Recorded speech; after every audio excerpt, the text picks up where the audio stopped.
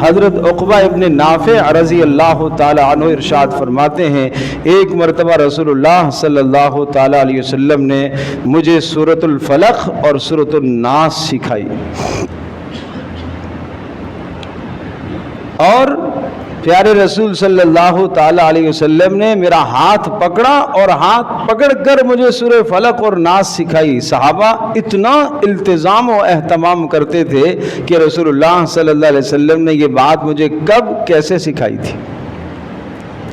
اور پھر ارشاد فرمایا کہ سفر میں تھے آپ علیہ الصلوۃ والسلام، پھر اگلا وقت نماز کا آیا تو آپ نے فجر کی نماز پڑھائی، تو فجر کی نماز میں آپ نے سورۃ الفلق اور سورۃ الناس تلاوت فرمائی، اور پھر مجھ سے کہنے لگے عقبہ دیکھا، ان صورتوں کی اہمیت آپ نے دیکھی ہے کہ میں نے فجر کی نماز میں بھی ان کو پڑھا ہے، اس قدر اہمیت والی صورتیں ہیں۔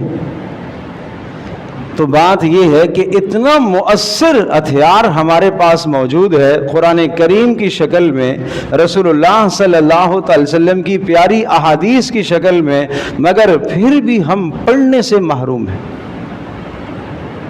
بد نصیبی یہ ہے، بد قسمتی یہ ہے کہ صبح کی دعائیں، شام کی دعائیں، مسنون اذکار اگر صبح اور شام کے ہم پڑھ لیں تو اللہ تبارک و تعالی ہر شرور اور فتنوں سے حفاظت کرے گا۔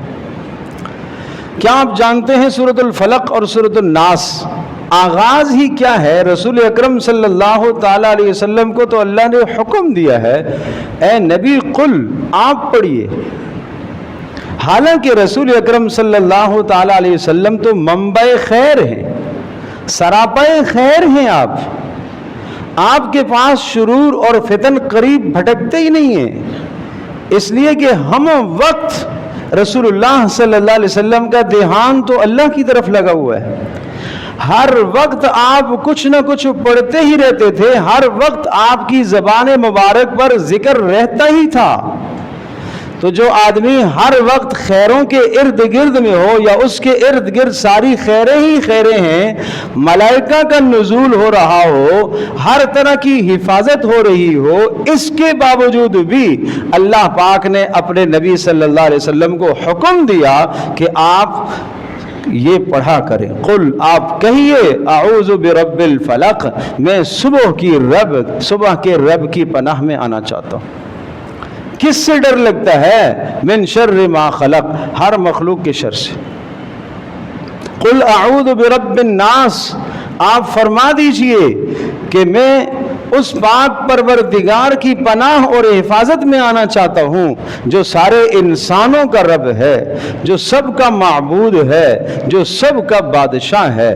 کس چیز کے شر سے آپ کو ڈر لگتا ہے؟ من شر الوسواس الخناس، ایسا بدترین دشمن جو وسوسہ ڈال کے اپنا کام کر کے پیچھے ہٹ جائے اور اس کے بعد میں سوچ میں پڑ جاؤں کہ اس نے کیوں یہ کہا ہے۔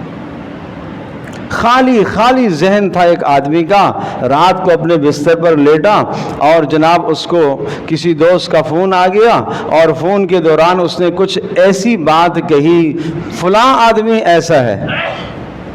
آپ اس آدمی کو تو اچھا سمجھتے تھے، اب اس نے ذہن مشغول کر دیا کہ اس نے یہ کیوں کہا۔ کبھی کبھی کچھ لوگوں کی رات کو نیند ہی اڑ جاتی ہے، تو یہ کیا ہے؟ وسوسہ ڈالنے والا، جس نے وسوسہ ڈالا اور پھر پیچھے ہٹ گیا اور آپ کے ذہن کو اس نے مشغول کر دیا۔ وہ کون ہے؟ من الجنۃ والناس، چاہے وہ جنوں میں سے ہو چاہے انسانوں میں سے ہو۔ اے اللہ، ایسے شرور اور فتنوں سے میری حفاظت فرمانا۔